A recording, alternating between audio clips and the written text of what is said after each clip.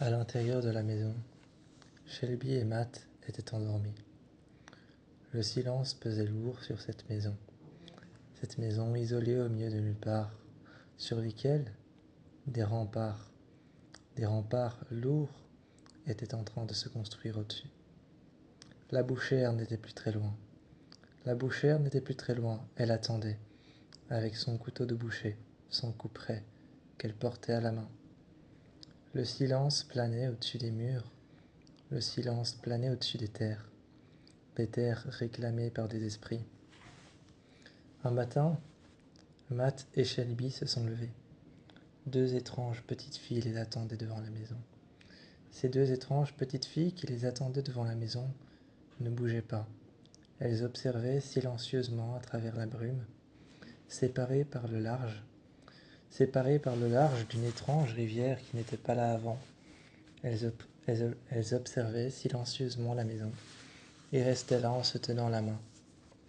Un être démoniaque muni d'un bras sur le côté, qui était mis à l'envers, son articulation posée à l'envers, son bras, la main posée sur le sol, la main à l'envers posée sur le sol, était en train d'avancer.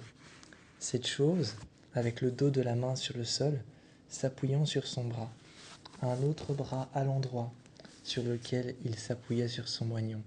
Sa main avait été arrachée, laissant de son bras sur le côté une traînée de sang. Il était en train d'avancer, le bras de travers, le coude vers l'extérieur, et sa main qui avançait. Sa main posée au sol, son moignon posé au sol, laissant une longue trace de sang derrière lui. Il se traînait et s'avançait. Ses épaules qu'on pouvait voir contre sa chair qui avait l'air si fine qu'on pouvait en apercevoir l'épaisse lueur du soleil. On pouvait en apercevoir l'épaisse lueur du coucher de soleil traverser sa peau. On pouvait apercevoir ses côtes et ses yeux brillants. Il s'approchait de la maison, et lorsqu'il s'est approché de la maison, apparut un homme qui cria « Croatoan !» et la bestiole disparut. Quand il cria « Croatoan !» la bestiole disparut tout de suite. Elle s'en alla, pas en faisant marche arrière, pas en passant sur le côté. Elle disparut, comme si jamais rien n'était venu vers la maison. Les deux petites filles, elles, toujours en train de regarder la maison sagement. Derrière elles s'appliquèrent une ombre noire. Une ombre noire s'appliquèrent contre les arbres, se posèrent comme un réceptacle, se posèrent comme des choses que l'on était venu accrocher aux branches. Une femme apparaissait, munie d'un squelette accroché à son front. Un squelette d'oiseau qu'elle avait soigneusement accroché, un réceptacle, une couronne qui était faite avec des bouts de bois et avec des bouts de squelette, des petits morceaux de squelette qu'elle avait accrochés. Cette femme était en train de leur chuchoter quelque chose à l'oreille que Shelby et Matt ne pouvaient entendre. La nuit prenait vie alors à un cauchemar sans fin.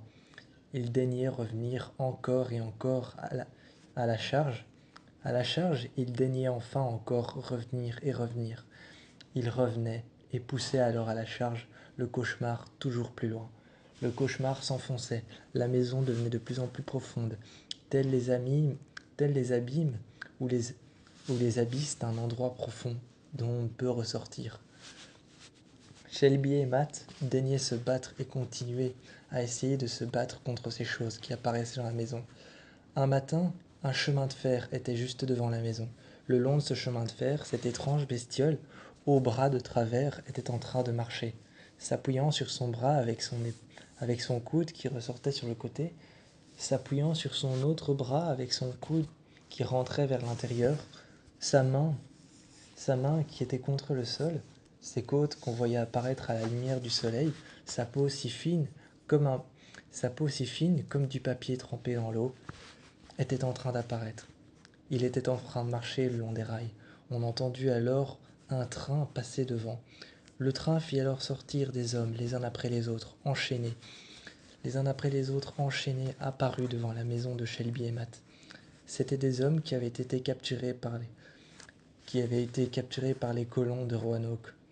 Capturés par les colons de Roanoke, ces gens étaient enchaînés. Les femmes et les hommes, autant que les enfants, étaient enchaînés aux chevilles et étaient enchaînés aux poignets.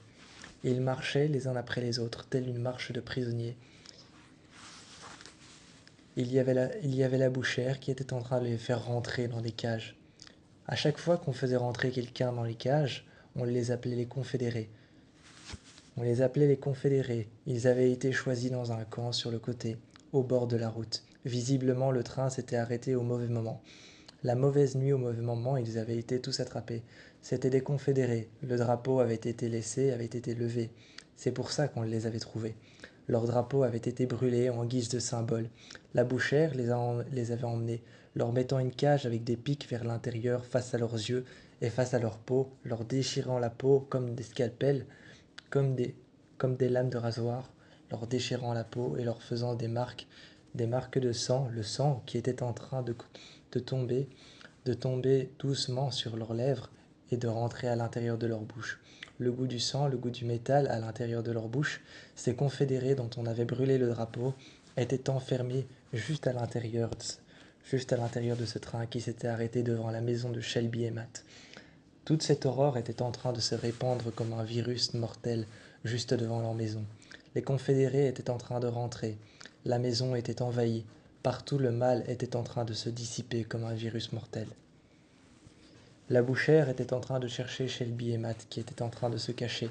Un jeu de cache-cache commença entre les pièces qui étaient devenues alors des lieux rassurants, mais qui n'étaient plus devenus des lieux rassurants au moment où la bouchère rentrait à l'intérieur avec son couteau de boucher qui lui était couvert de sang, laissant une marque de peur et d'angoisse partout où elle passait.